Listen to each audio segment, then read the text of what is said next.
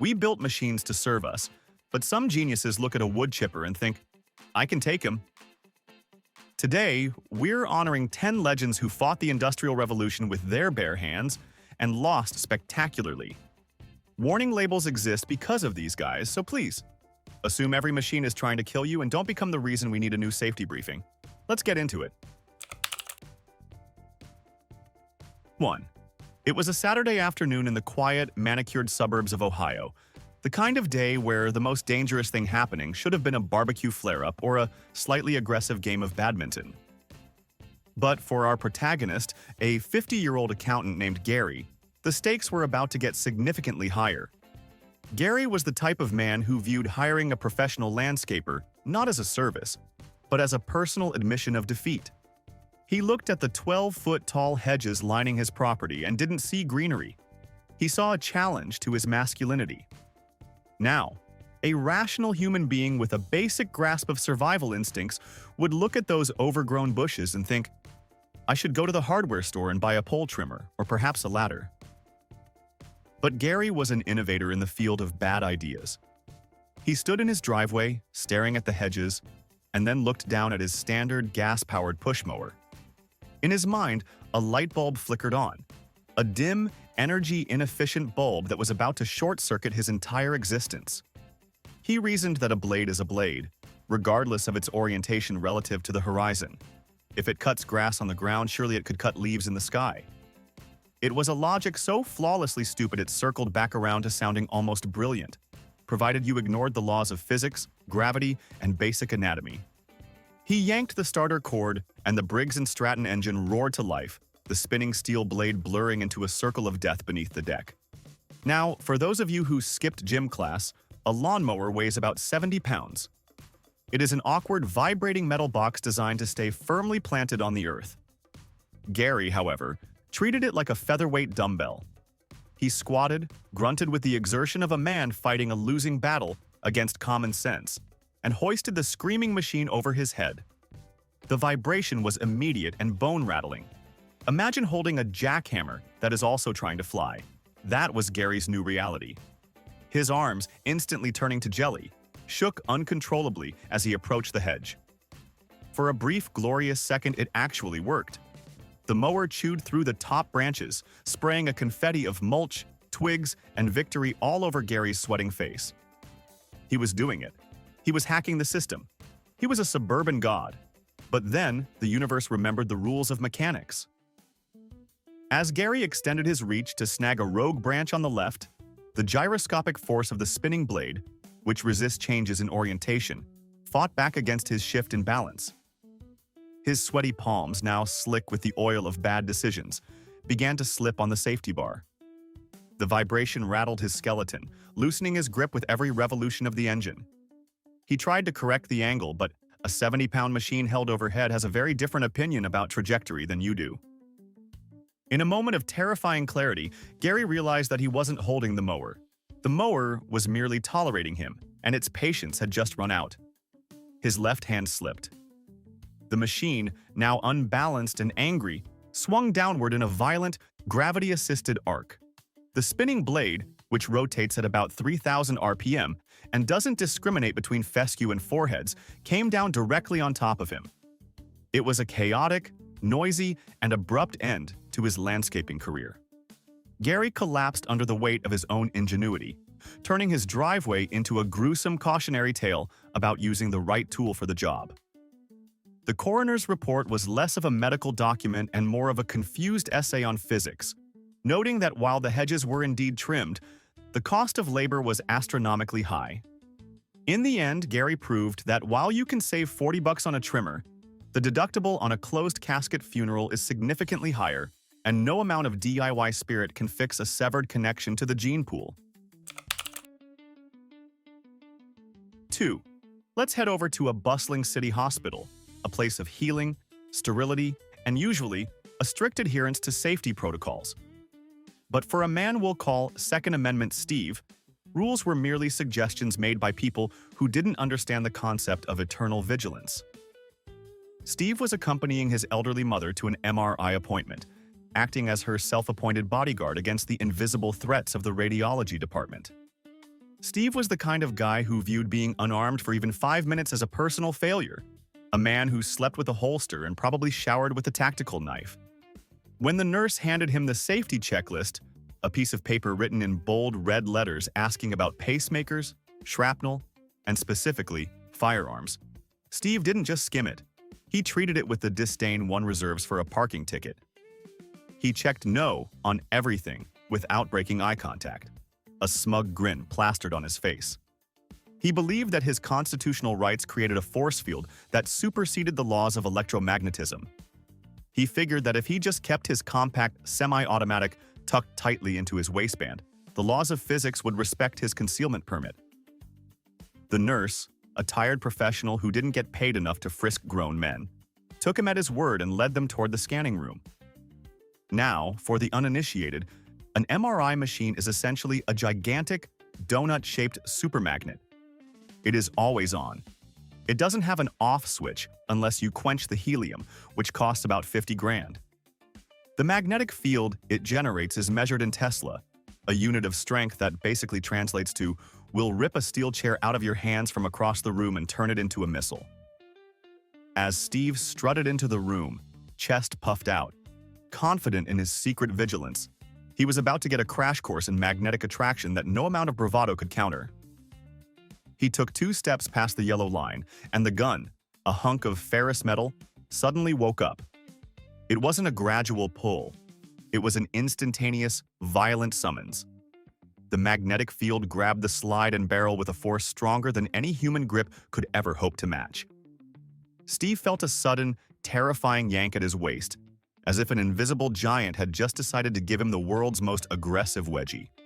Before he could even process the thought, "Uh-oh," the gun ripped through his belt loop, tore his pants, and flew through the air like a metallic bird of prey seeking its nest. But it didn't just fly. It accelerated to incredible speeds in a fraction of a second. It slammed into the side of the MRI machine with a deafening clang that echoed like a bell tolling for idiocy. But the universe had one more cruel twist in store. The impact against the magnet was so violent and precise that the inertia caused the firing pin to strike the primer. The gun, now magnetically stuck to the side of the scanner, discharged a single round. The bullet, unencumbered by magnetic loyalty, ricocheted off the machine's casing and struck Steve squarely in the chest. He collapsed on the sterile linoleum, looking up at the ceiling in shock, having successfully protected his mother from absolutely nothing while simultaneously shooting himself with his own freedom.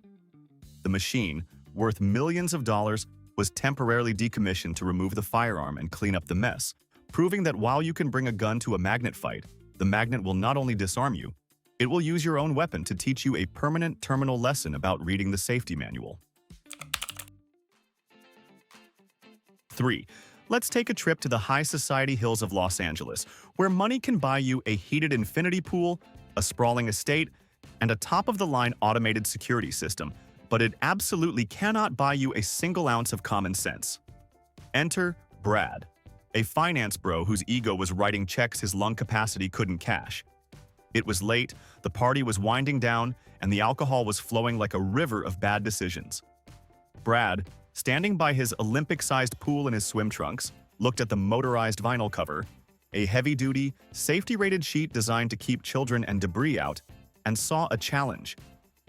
He turned to his remaining guests, slurring his words slightly, and announced the inaugural Brad versus the Machine aquatic race. The rules were simple. Hit the button to close the cover, dive in, and swim to the other end before the cover completely sealed the pool. It was a race against darkness, a test of speed, and frankly, a really stupid way to spend a Tuesday night. His friends, equally impaired and lacking in basic survival instincts, cheered him on as he slapped the close button and dove into the deep end. The motor hummed to life, and the heavy vinyl sheet began to unroll across the water like a giant, suffocating tongue. Brad was a decent swimmer, but he had failed to account for a critical principle of fluid dynamics and structural engineering.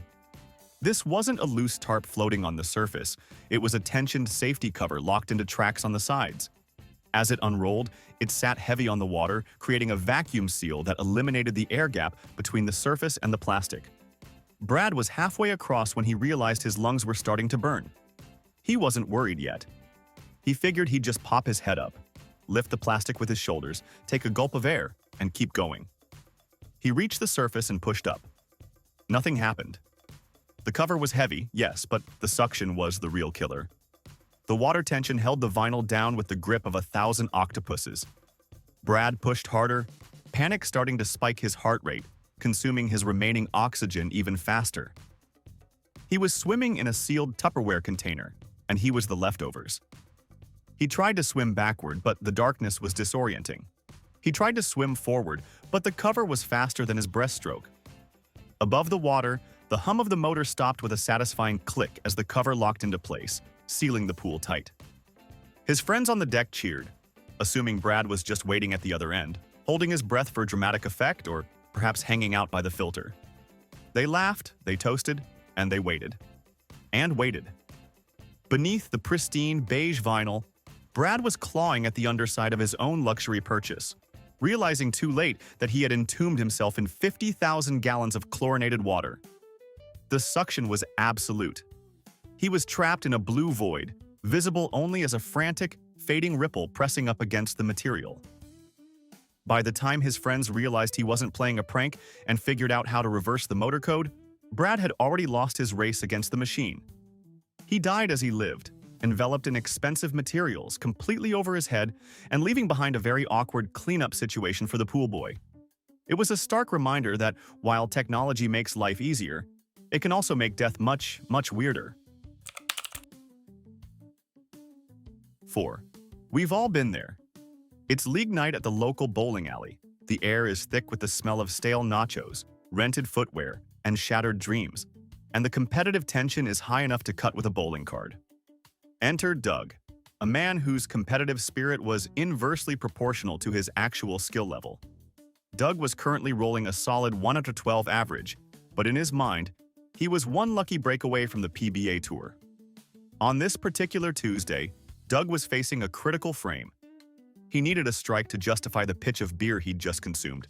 He polished his ball, did his little approach dance, and let it fly. The ball hooked, hit the pocket, and… disaster. The 7-pin wobbled, teetered, mocked him, and then decided to stay standing. But it didn't just stand. It slid slightly out of place, getting wedged in the gutter mechanism, just out of reach of the sweeper. Now, the correct protocol here is to press the little service button and wait for the teenager behind the counter, who is currently busy texting, to come fix it. But Doug didn't have time for bureaucracy. He saw this stubborn pin as a personal insult from the machine, a challenge to his honor as a warrior of the lanes. Ignoring the foul line, the flashing lights, and the screaming of his teammates who knew better, Doug marched down the lane. Now, bowling lanes are oiled. They are essentially frictionless surfaces designed to make heavy spheres slide, not middle-aged men in polyester shirts walk. Doug did a cartoonish slip-and-slide routine for 60 feet, arms flailing like a windsock in a hurricane, which should have been a sign from the universe to turn back. But his rage propelled him forward. He reached the end of the lane and stared into the dark, mechanical maw of the pinsetter. For those who don't know, a pinsetter is not a magical elf that places pins. It is a terrifying multi-ton industrial robot designed in the 1950s with zero regard for human life. It operates on a simple logic. If the deck is cleared of pins, drop the new rack. Doug, in a moment of unparalleled genius, decided to crawl inside the machine to kick the offending pin loose. He lay on his back, slid under the blast shield, and delivered a swift kick to the 7-pin. He got what he wanted. The pin fell. Success! Except the machine's optical sensors saw the pin fall. The machine's logic board thought, the frame is cleared. Time to reset. Doug, still lying on the pin deck, grinning at his victory, didn't realize that he had just authorized the next phase of the cycle. The heavy steel rack, a grid of metal bars and motors weighing several hundred pounds, descended with the speed and mercy of a guillotine. It wasn't designed to detect a human head. It was designed to detect a flat surface. It found Doug instead. The force was instantaneous and catastrophic. The machine completed its cycle, reset the pins, and waited for the next ball, completely indifferent to the fact that it had just turned a league bowler into a cautionary statistic. Doug proved that while you can argue with the scorekeeper, you absolutely cannot argue with hydraulic pressure and automated sensors. He cleared the frame, all right, but he also cleared himself from the roster permanently, leaving behind a spare that no one could pick up. 5. The suburbs are full of gated communities with names like Whispering Oaks or Safe Haven Estates, places where the illusion of security is maintained by a motorized steel gate and a keypad code everyone has forgotten. Meet Kevin, a resident of one such fortress, a man who spent way too much time at the gym and not nearly enough time in physics class. Kevin drove a lifted truck that had never seen dirt and wore sunglasses on the back of his head, even at night. He was leaving the complex to meet his friend, Mike, who was following in the car behind him. Kevin punched in his code, the gate slid open, and he drove through. But as Mike approached, the timer ran out, and the heavy steel gate began its slow, relentless slide back to the closed position. A normal person would tell Mike to just punch in the code again. It takes 5 seconds. But Kevin saw this as a moment for heroism. He slammed his truck into park, leaped out, and sprinted toward the closing gate like he was stopping a runaway train in a Marvel movie. He shouted, "I got it, bro," and planted his feet, grabbing the leading edge of the sliding steel bars. Kevin was about to learn a very hard lesson about torque and gear ratios. See, industrial gate motors are designed to move thousands of pounds of steel regardless of wind, ice, debris, or idiots. They are geared so low that they have the pushing power of a bulldozer. They do not feel pain, they do not get tired, and they absolutely do not care about Kevin's bench press max. Kevin grabbed the gate, braced his chest, and pushed. For a split second, he thought he felt it slow down. He didn't. That was just his shoes sliding across the asphalt as the gate pushed him backward. The motor hummed its low, electric drone, utterly unimpressed by his biceps. It kept pushing. Kevin found himself being slid backward toward the solid concrete pillar that acted as the gate's anchor point and stop. He tried to let go, but the friction and the angle trapped him. He was now a soft, fleshy filling in a steel and concrete sandwich. He screamed for Mike to help, but physics moves faster than human reaction time. The gate didn't stop until it hit its limit switch, which unfortunately was located after the point where Kevin's chest cavity existed.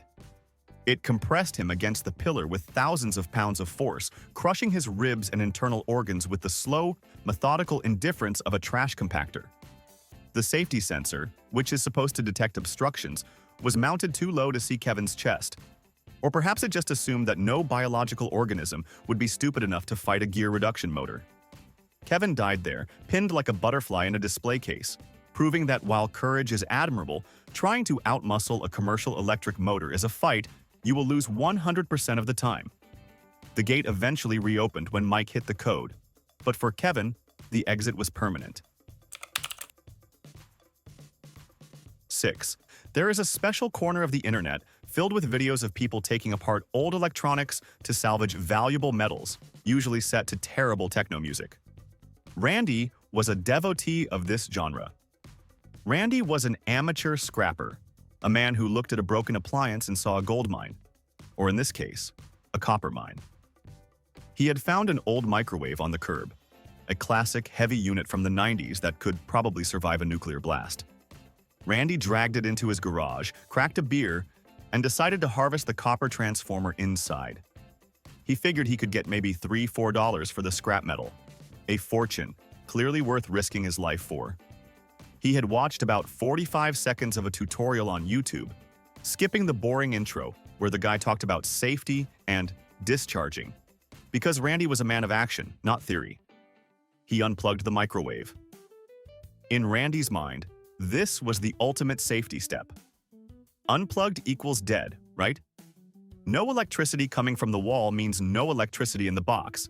This is the logic of a toaster user, not an electrical engineer. He unscrewed the casing and peered inside. There it was, the transformer, and next to it, a shiny silver canister the size of a beer can. The high-voltage capacitor. Now, for the uninitiated, a capacitor is basically a battery that runs on steroids and hatred. Its entire job is to store a massive amount of lethal electrical charge and release it all at once to power the magnetron. And unlike a battery, it doesn't just run out when you unplug the cord.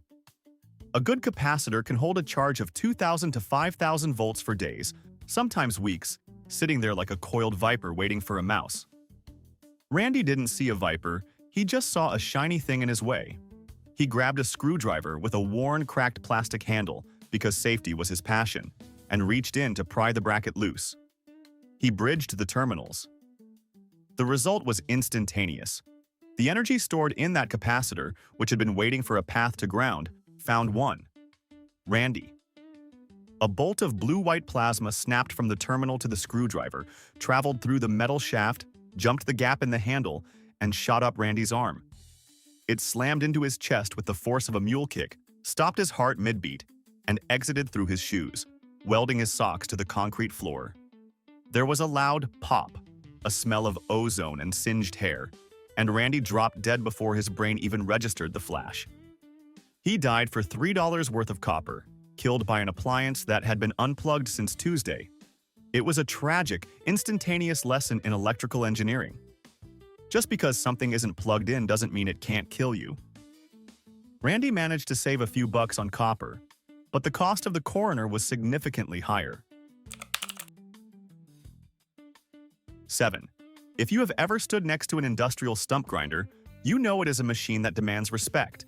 It is essentially a terrifying gas-powered buzzsaw on wheels, featuring a heavy steel disc studded with carbide teeth that spins at speeds designed to turn solid oak into sawdust in mere seconds.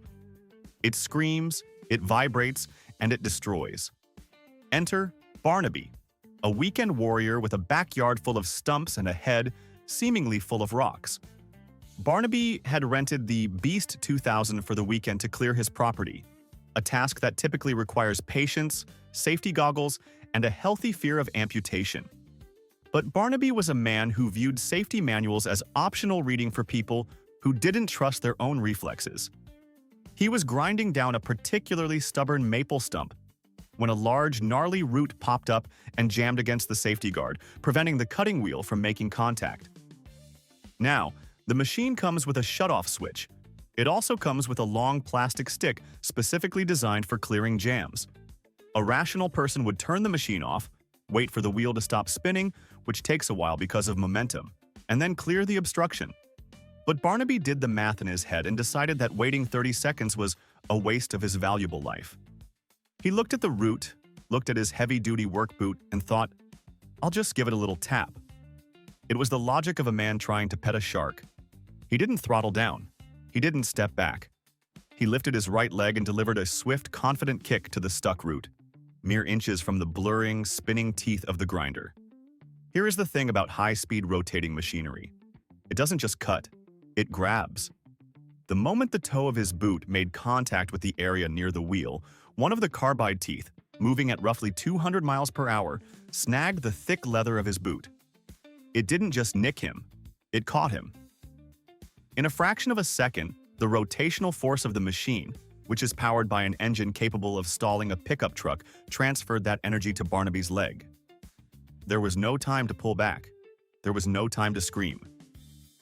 The machine pulled his leg into the housing with a violence that defies description, and because his leg was attached to his hip, the rest of Barnaby followed.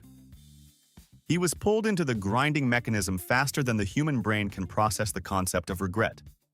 The machine, indifferent to the difference between maple wood and human bone, continued to do exactly what it was rented to do: grind. Barnaby didn't just lose a foot, he lost the tug-of-war with horsepower.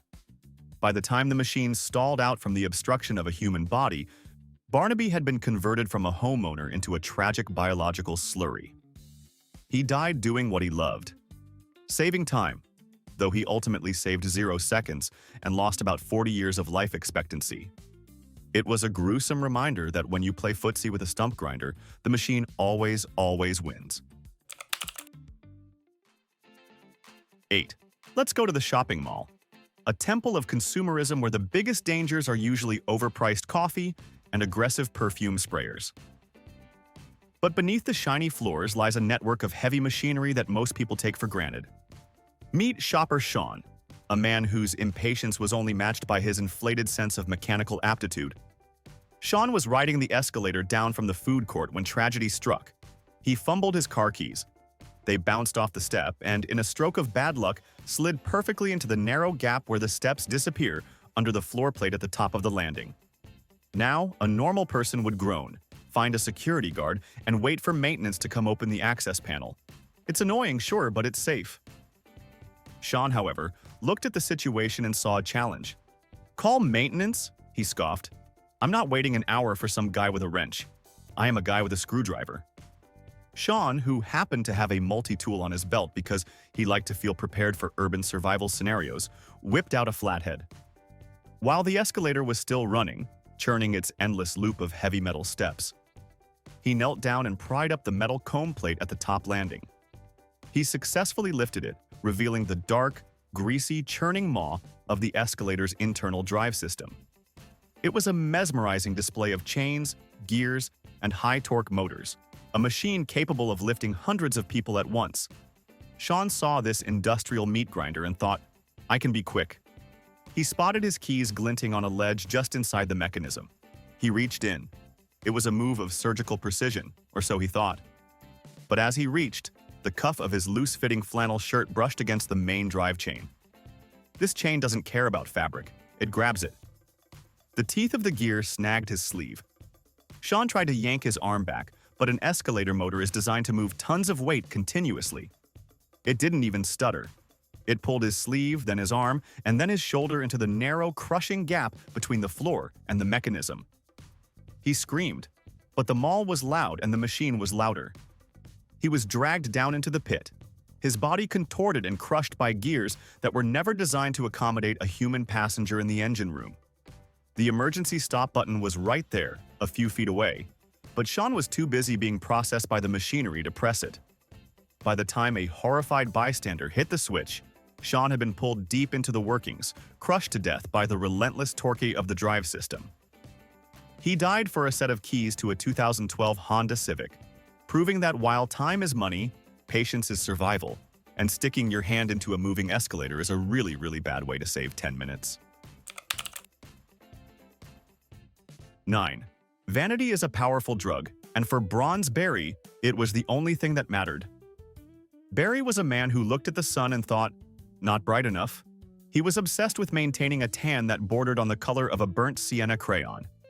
He frequented a 24-hour, self-service tanning salon, a place where oversight was minimal and bad decisions flourished. Barry had a big event coming up, a wedding, a beach trip, or maybe just a Tuesday, and he felt he was looking a little pale. The maximum session time on the high-intensity UV beds was 20 minutes, a safety limit set by doctors, engineers, and anyone who understands that human skin is not meant to be microwaved. Barry, however, believed that he had built up a tolerance, much like one builds a tolerance to poison or bad advice. He hacked the timer system, bypassing the safety shutoff, to set the machine for a continuous 2-hour session. He slathered himself in accelerator oil, essentially basting himself like a holiday turkey, climbed into the acrylic coffin, pulled the lid down, and put on his headphones. The blue UV lights hummed to life, bathing him in artificial radiation. The warmth was soothing, too soothing. Barry, tired from a long day of looking at himself in the mirror, drifted off to sleep. This was his fatal mistake. A tanning bed is a closed environment. It generates heat. Usually, for 10 or 20 minutes, the body can regulate its temperature by sweating. But for 2 hours, in a confined plastic box, it became an oven. As Barry slept, his internal body temperature began to climb. 99 degrees, 101 degrees, 104 degrees. His body tried to sweat to cool down, but the sweat had nowhere to go in the humid, hot air of the pod. He entered a state of hyperthermia. His organs began to cook. He didn't wake up because the heat stroke sent him into a coma. He lay there, slowly roasting, while the machine hummed its deadly lullaby. By the time the hacked timer finally clicked off 2 hours later, Barry wasn't just tan. He was done. Another customer found him later that morning, wondering why the guy in room 3 was taking so long. They opened the lid to find Barry, whose skin was a magnificent, deep, leathery bronze. but who was also stone dead. He had essentially sous-vided himself. The autopsy confirmed death by severe heat stroke and dehydration. Barry achieved his goal. He had the darkest tan in the morgue, a permanent golden glow that he would take with him to the grave. He proved that there is indeed such a thing as too much of a good thing, especially when that thing is concentrated ultraviolet radiation in a locked box. 10. Let's head out to the workshop of Trucker Ted, a man who believed that reading instruction manuals was a sign of weakness and that PSI stood for please send it.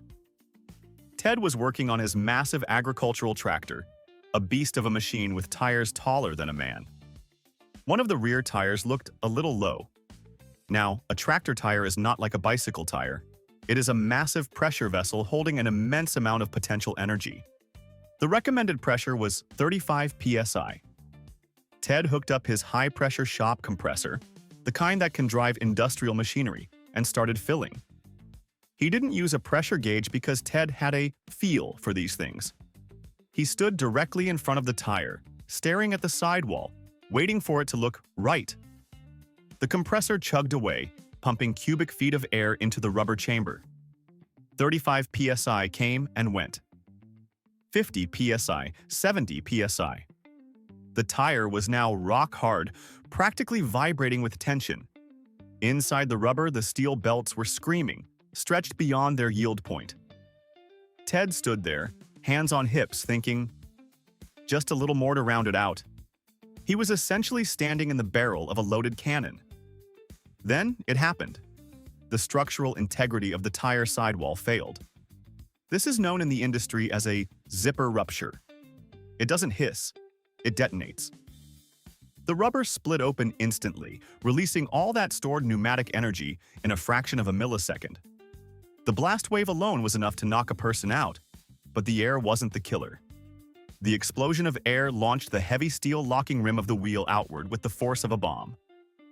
Ted, standing 2 feet away, took the heavy steel rim directly to the face.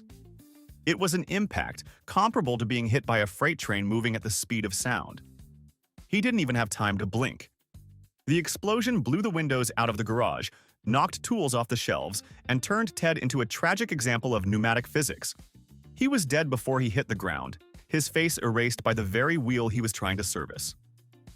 The tragedy is that the tire actually looked fine at 30 psi, but Ted's philosophy of more is better turned a routine maintenance task into a closed casket funeral. It was a violent, instant reminder that air pressure is not a toy, and when you overinflate a giant tire while staring down the barrel, you are playing Russian roulette with physics, and the house always wins. Steel 1, humans 0. Drop a like to stay safe and subscribe. Let's be honest, I just ruined one of these everyday objects for you forever. Which machine are you now officially terrified of? Is it the tanning bed coffin or the hungry escalator? Let me know which new phobia I just unlocked for you in the comments. I'm taking the stairs from now on.